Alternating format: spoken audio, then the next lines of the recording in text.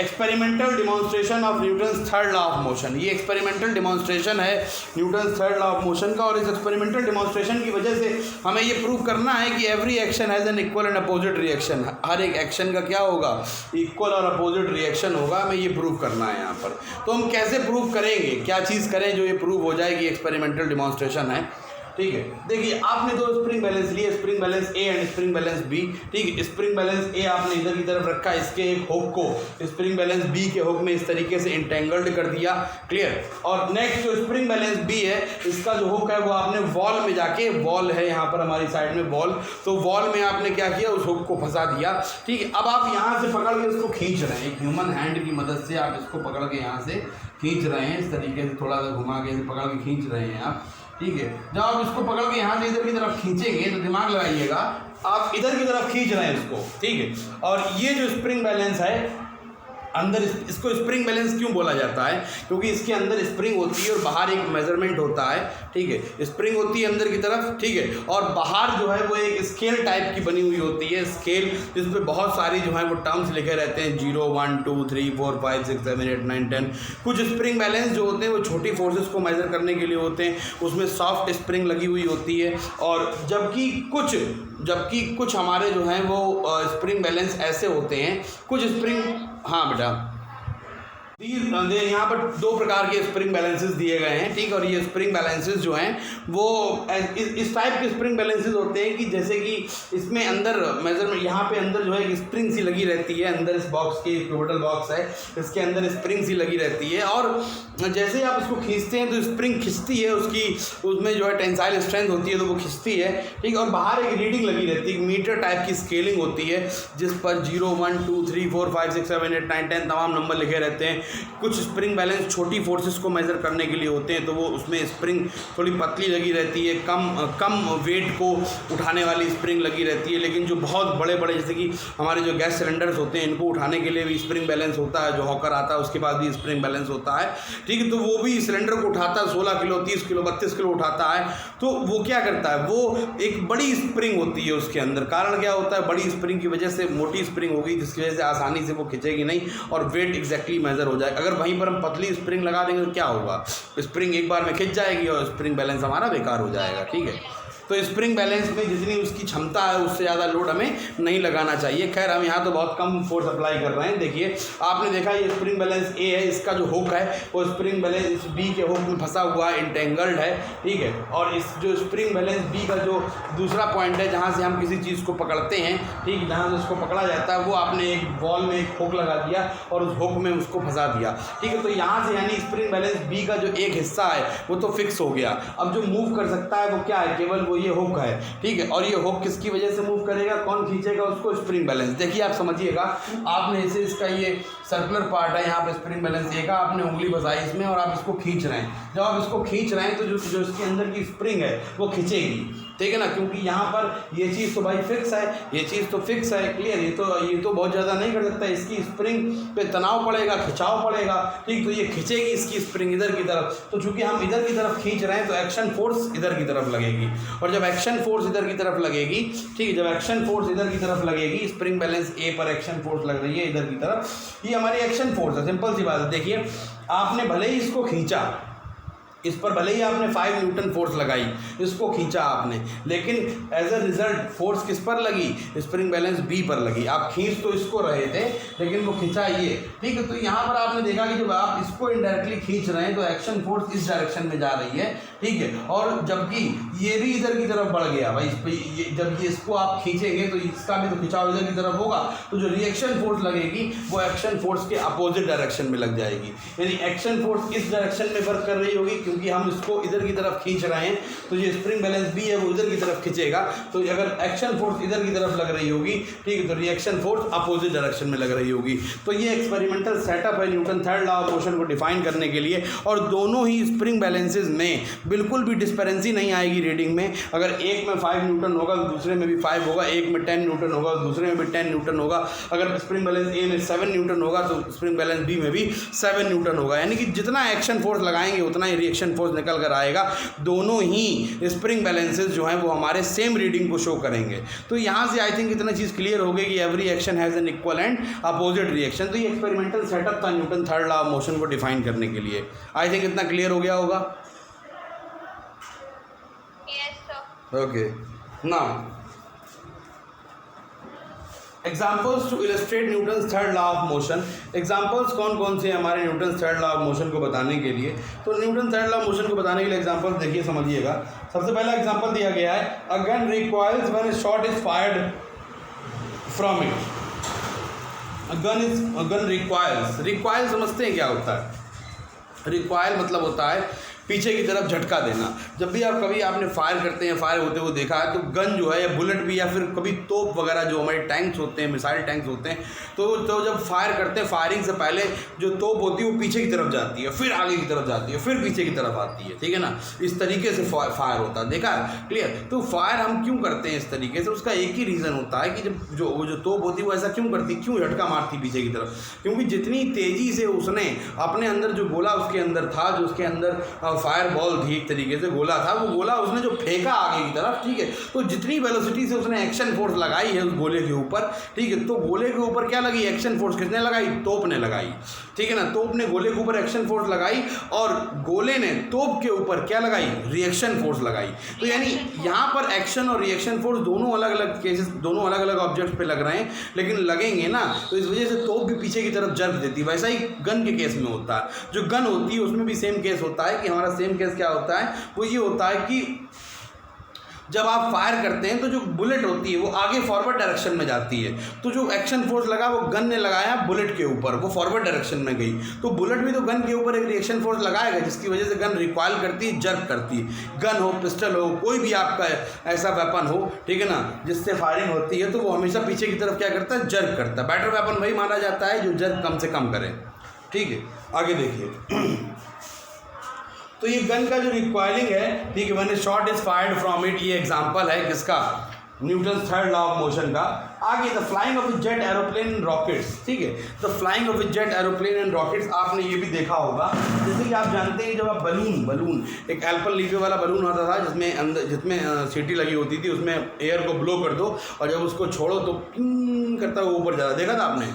देखा होगा, नहीं देखा हो सकता है, ठीक है। एक कोई नॉर्मल बलून भी ले लीजिए, उसमें आप एयर ब्लो कर दीजिए, इन्फ्लेट कर दीजिए, उसको इन्फ्लेट करेंगे आप, और फिर आप उसको क्या करिए, उसको जो ओपनिंग है उस ओपनिंग को आप जो है वहाँ पर छोड़ दीजिए, ठीक है, ओपनिंग को खोल दीजिए।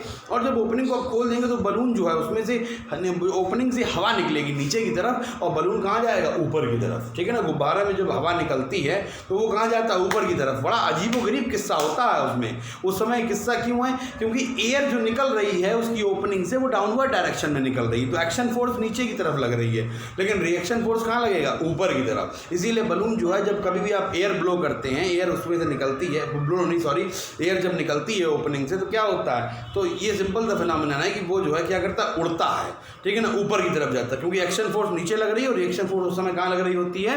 ऊपर की तरफ। कोई डाउट इसमें? ओके, वैसा ही सेम होता है जेट एरोप्लेन्स एंड रॉकेट्स में। जेट एरोप्लेन्स और रॉकेट्स को इतनी तेज़ स्पीड कहाँ से मिल जाती है? क्योंकि उनसे रॉकेट्स का जो प्रपल्शन होता है, प्रपल्शन यानी कि जो उनके इंजन से एक्सप्लोजन होता है स्मोक का, गैसेस का, वो इतनी तेज़ होता है कि एक्शन फोर्स जो लगता है, यानी कि जो स्मोक निकल रहा होता है उनके इंजन से बहुत तेज़ी से निकल रहा होता है, तो एक्शन फोर्स बहुत तेज़ होती है, और जिसके रिजल्ट के तौर पर रिएक्शन फोर्स भी बहुत तेज़ होती है, बहुत हाई होती है, जिसकी वजह से रॉकेट्स और जेट एरोप्लेन्स की स्पीड इतनी बढ़ जाती है, ठीक है, क्लियर। तो ये सिर्फ किसकी वजह से पॉसिबल हो सका है? प्रोपल्शन ऑफ गैसेस की वजह से फ्रॉम देयर एग्जॉस्ट इंजन्स, तो जिसकी वजह से रॉकेट्स और एरोप्लेन्स की स्पीड बढ़ जाती है। Now a person swimming, now a person is swimming, ठीक है, वॉइस क्लियर हो जाएगा। तो अ पर्सन स्विमिंग, जो पर्सन स्विम कर रहा है, ठीक है, वो आपका जो है वो किस तरीके से Newton's third law of motion को शो कर रहा है? ध्यान से समझिएगा। When a person swims, ही और she pushes the water in the backward direction. जब कोई पर्सन स्विम करता है तो वो पानी को कहाँ ढकेलता है? पीछे की तरफ। ऐसे भाई ऐसे ही तो स्विम करता है, इसी तरीके से स्विम करता है भाई। अगर पानी में तैरेगा तो पीछे की तरफ पानी दिया, तो ऐसे ऐसे तैरेगा तो भी पानी पीछे की तरफ धकेलेगा, या अगर ऐसे तैरेगा तो भी पानी पीछे की तरफ धक्का देगा। यानी कुल मिला के जो एक्शन फोर्स लग रहा है पानी के ऊपर, कौन लगा रहा है? इंसान, पर्सन, कोई पर्सन लगा रहा है एक्शन फोर्स पानी के ऊपर, वो कहाँ लग रही है? बैकवर्ड डायरेक्शन में। तो जो रिएक्शन फोर्स होगी वो कहाँ लगेगी? फॉरवर्ड डायरेक्शन में। जिस वजह से कोई भी पर्सन जो है वो कहाँ की तरफ मूव करेगा? फॉरवर्ड डायरेक्शन में। ये भी Newton third law of motion. Swimming is the best example of the Newton's third law of motion. Okay, so now walking on the ground. तो जब कोई पर्सन चलता है ग्राउंड पर, ठीक है ना, जब कोई पर्सन चलता है ग्राउंड पर, तो जब वो पर्सन चलता है ग्राउंड पर, मान लीजिए उसके दो पैर हैं, ठीक है, तो एक्चुअल में होता क्या है कि जो पर्सन चल रहा है ग्राउंड पर, तो वो फोर्स कहाँ लगाता है? पीछे की तरफ, पंजे से लगाता है ना फोर्स पीछे की तरफ, पंजे को पीछे की तरफ धकेलता है। तो पंजे को जब पीछे की तरफ धकेलेगा तो फोर्स, एक्शन फोर्स कहाँ लगती है? बैकवर्ड डायरेक्शन में। और रिएक्शन फोर्स कहाँ लगती है? फॉरवर्ड डायरेक्शन में। इसीलिए पर्सन जो है वो आगे की तरफ बढ़ता है, ठीक है, पीछे पंजे का सपोर्ट लेता है। अगर और ये पंजे का सपोर्ट तभी मिल रहा है जब फ्रिक्शन है। और सोचो अगर जो पंजे पीछे की तरफ, तुम पीछे से फोर्स ले रहे हो इस तरीके से, और पीछे वाला पंजा जो है वो स्लिप हो जाए, भाई फ्रिक्शन फोर्स नहीं होगी, फ्रिक्शन नहीं होगा तो घर्षण नहीं होगा, तो पंजा पीछे वाला स्लिप हो जाएगा। और जब स्लिप हो जाएगा तो क्या होगा बताओ? तो हम लोग आगे ही नहीं बढ़ पाएंगे, आगे नहीं बढ़ पाएंगे, गिर जाएंगे तुरंत, ठीक है। रोइंग ऑफ ए बोट, जब कोई बोट जो है रो होती है, ठीक है, जब कोई नाव, जब कभी हम नाव चलाते हैं तो नाव चलाते हैं तो ऐसे चलाई जाती है, ठीक है, यानी हम पानी को पीछे की तरफ धकेलते हैं। और जब पानी को पीछे की तरफ धकेलेंगे, ठीक, तो एक्शन फोर्स पीछे की तरफ लगती है और रिएक्शन फोर्स आगे की तरफ लगती है, इस वजह से बोट आगे की तरफ बढ़ती है, ठीक है। तो ये भी हमारा एग्जाम्पल हो जाएगा, ठीक है। आगे देखिए, नेक्स्ट एग्जाम्पल है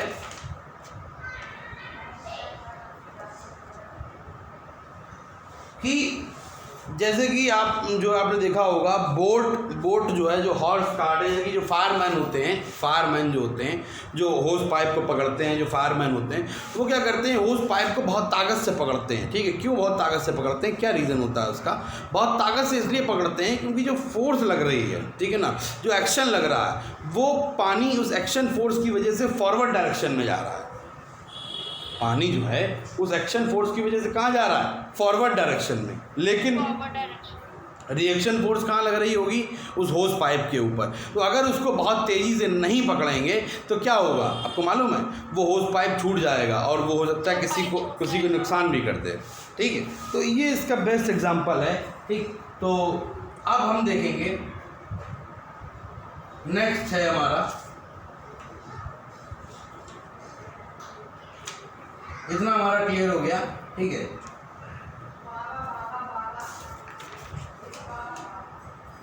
इसमें से कोई क्वेश्चन नहीं बचा। अब आपके लिए क्वेश्चन है, ठीक है ना। Now you have to note down homework for you. If action is always equal to the reaction, if action is always equal to the reaction, explain how a horse can pull a cart. Explain how a horse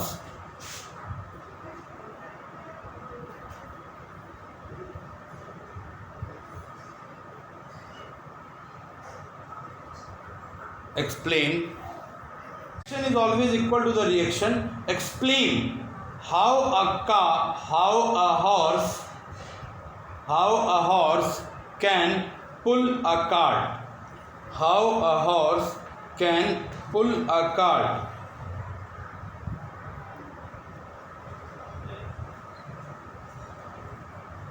okay, तो ये आपको जो है वो करना है, ठीक। एक और जो है वो क्वेश्चन होमवर्क में लिखिए, ठीक है। एक minute,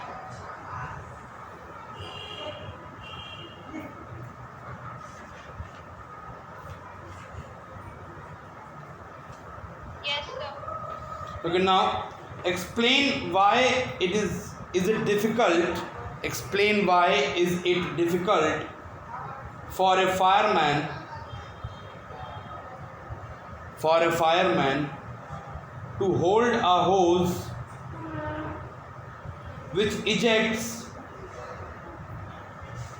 large amount of water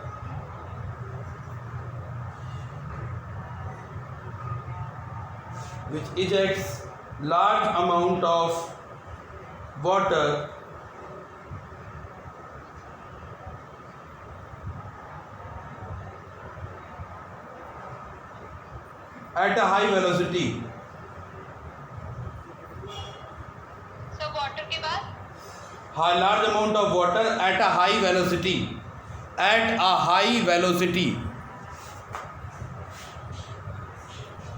ठीक है, ओके। तो देखिए न्यूटन्स, इतना क्लियर हो गया होगा आपको, नोट हो गया होगा, ठीक है। एक टॉपिक छूट गया था आपका, एक टॉपिक बीच में रह गया था, Newton second law of motion के ऊपर था, ठीक है। वो मैं टॉपिक अभी तुरंत कवर कर दे रहा हूँ, उसको ध्यान से फोकस करिएगा, ठीक है। Effect of mass on acceleration,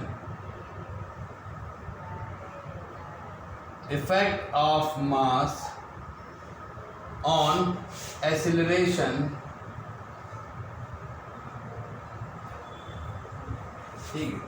from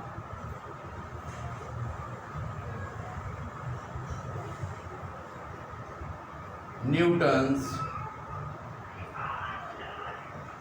second law of motion, from Newton second law of motion. Newton second law of motion से हमें डिड्यूस करना है, पता लगाना है कि what will be the effect of mass on acceleration. Mass का acceleration पर क्या फ़र्क पड़ेगा। तो देखिए यहाँ पे एक रिलेशन है, F is equals to m into A, F is equals to m into A. Now A is equals to F upon m। Okay, now A is equals to F upon m when force is taken as constant। Force क्या ले लेंगे हम, constant ले लेंगे। Force को हमने मान लिया कोई कांस्टेंट है, where F is a constant. अगर F कांस्टेंट है देन व्हाट विल हैपन, जब F कांस्टेंट है तो A is inversely proportional to M। देखिए समझिएगा, F अगर कांस्टेंट है, हम क्या करते हैं, प्रोपोर्शनलिटी के साइन को हटाने के लिए कांस्टेंट लगाते हैं, लेकिन जब कांस्टेंट हटाएंगे तो क्या लगेगा, प्रोपोर्शनलिटी का साइन लगेगा, ठीक है। जब हम क्या करते हैं, प्रोपोर्शनलिटी के साइन को हटाने के लिए कांस्टेंट लगाते हैं, लेकिन इस केस में यहाँ पर उल्टा होगा, ठीक है। अगर हम कांस्टेंट को हटाएंगे तो क्या लग जाएगा, प्रोपोर्शनलिटी का साइन लग जाएगा। प्रोपोर्शनलिटी का सिंबल है ये, this is the symbol for the proportionality. But here acceleration and मास दोनों कैसे लिखे हुए हैं, एक टर्म न्यूमरेटर में लिखा हुआ है, दूसरा टर्म डिनोमिनेटर में लिखा हुआ है। It means acceleration and mass both are inversely proportional to each other. It means acceleration and mass, it means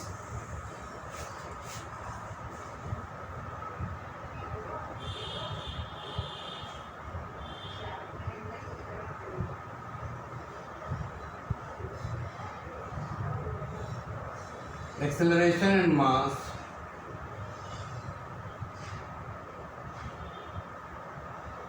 both are inversely proportional to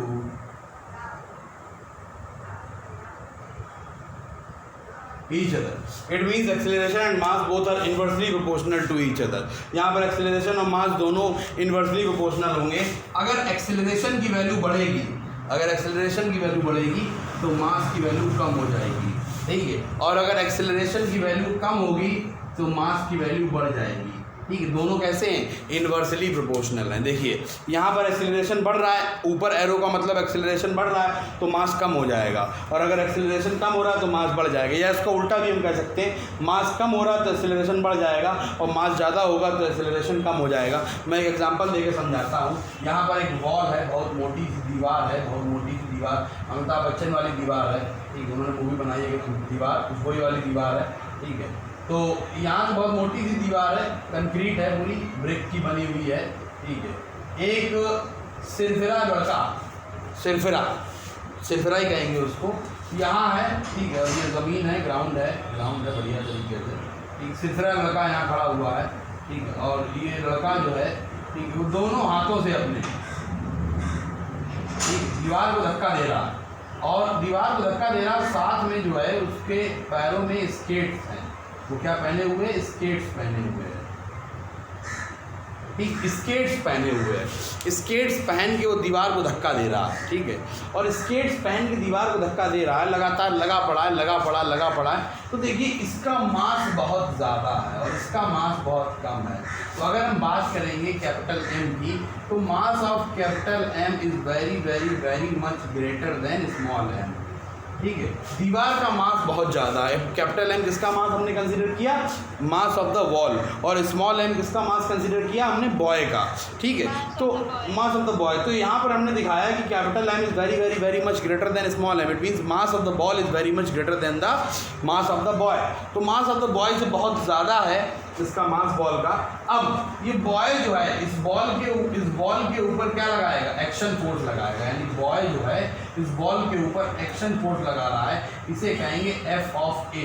F of A मतलब एक्शन फोर्स। एक्शन फोर्स कौन लगा रहा है? Boy wall के ऊपर लगा रहा है, ठीक है। बदले में ये बॉल जो है इस बॉय के ऊपर क्या लगा रही है? फोर्स ऑफ रिएक्शन लगा रही है। आपने देखा FR, ठीक है। बदले में ये बॉल जो है इस बॉय के ऊपर क्या लगाएगी? एक रिएक्शन फोर्स लगाएगी, जिसे कहेंगे F of R, force of reaction, ठीक है। Force of reaction. Force of action कौन लगा रहा है? बॉय लगा रहा है वॉल के ऊपर, और रिएक्शन फोर्स कौन लगा रहा है? वॉल लगा रहा है बॉय के ऊपर, ठीक है। लेकिन यहाँ से एक चीज़ समझ में ये तो क्लियर हो गई कि action and reaction force both are equal in magnitude and opposite in direction. दोनों मैग्नीट्यूड में इक्वल होंगे और डायरेक्शन में अपोजिट होंगे। दोनों की डायरेक्शन अपोजिट होगी, मैग्नीट्यूड होगा, एक्शन फोर्स अलग होगा, रिएक्शन फोर्स अलग होगा। दोनों फोर्सेज ग्रुप में अगर करेंगे, सिंगल फोर्स कभी एग्जिस्ट नहीं करती, फोर्स हमेशा पेयर में एग्जिस्ट करती है। सारी बातें सब कुछ सही है। लेकिन जब ये स्केट्स पहन के धक्का लगा रहा होगा तो धक्का ये दीवार की तरफ लगाएगा ऐसे करके, लेकिन ठीक है ये दीवार को तो पीछे नहीं खिसका पाएगा, लेकिन ये स्केट्स चूंकि पहना हुआ है तो खुद पीछे ज़रूर हो जाएगा। क्यों हो जाएगा? ऐसा आप करके देख सकते हैं क्यों ऐसा हो जाएगा। ऐसा इसीलिए हो जाएगा, no this is not the reason. Reaction और एक्शन फोर्स दोनों इक्वल एंड अपोजिट होती हैं, equal in magnitude and opposite in direction. Yes, this is the most important reason, ठीक है ना। यहाँ पर एक्शन और रिएक्शन फोर्स दोनों इक्वल और अपोजिट हैं, तो एक्शन और रिएक्शन फोर्स से कुछ फ़र्क नहीं पड़ा। फ़र्क पड़ा उसके मास से, ठीक है ना। मास से फ़र्क पड़ा, चूँकि मास ऑफ द वॉल बहुत ज़्यादा है। दीवार का तो वजन बहुत वैसे भी ज़्यादा होता है, अमिताभ बच्चन की दीवार बहुत बड़ी होती है, ठीक है। तो दीवार का वजन बहुत ज़्यादा है, तो मास का जब इतना ज़्यादा है वॉल का, तो उसका जब मास बहुत ज़्यादा है, ठीक है, तो एक्सेलरेशन बहुत कम होगा। आप देख सकते हैं, ठीक है। तो एक्सेलरेशन बहुत कम होगा। अगर इसका मास बहुत ज़्यादा है तो एक्सेलरेशन जो होगा इसका बहुत कम होगा, यानी ना के बराबर एक्सेलरेशन होगा।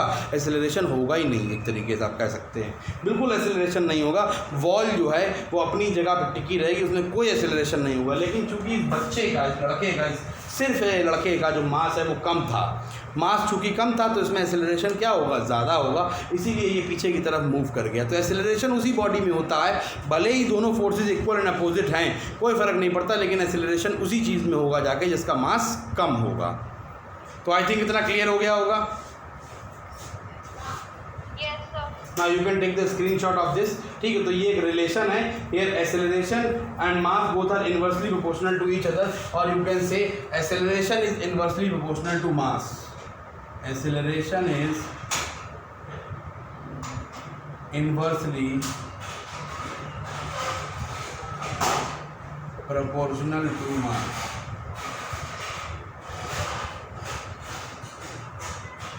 A is inversely proportional to m. Acceleration is inversely proportional to mass. तो आई थिंक इतना क्लियर हो गया होगा आपको, ठीक है ना। तो आज तक की क्लास में हम इतना ही रखते हैं, ठीक है। इसके आगे हम नेक्स्ट टॉपिक कवर करेंगे हमारी नेक्स्ट क्लास में, ठीक है ना, यानी कि कल की class. Topic is law of conservation of momentum and the applications of law of conservation of momentum. और सबसे इम्पॉर्टेंट बात जो है वो उसमें है law of conservation of momentum के न्यूमेरिकल्स, जो कि टोटली बेस्ड होते हैं law of conservation of momentum पर, कोलिजन पर बेस्ड होते हैं न्यूमेरिकल्स, ठीक है, फायरिंग ऑफ गन पे बेस्ड होते हैं न्यूमेरिकल्स। तो ज़्यादातर जो न्यूमेरिकल्स हैं वो इस चैप्टर से law of conservation of momentum पर ही आते हैं, ठीक है। तो we have completed Newton third law of motion. इसके आगे जो है वो हम कल के लेक्चर में कवर करेंगे। तब तक के लिए थैंक यू। Okay sir. तो अगर आपको ये वीडियो अच्छा लगा हो, इसमें सारी कॉन्सेप्ट्स आपका क्लियर हो गया हो और आपको लगा हो कि नहीं ये वीडियो बहुत यूज़फुल है, तो please like it, share it, and if you haven't subscribe the channel then please subscribe it for the latest notification for the latest videos for the of the upcoming topics. Okay, so thank you once again।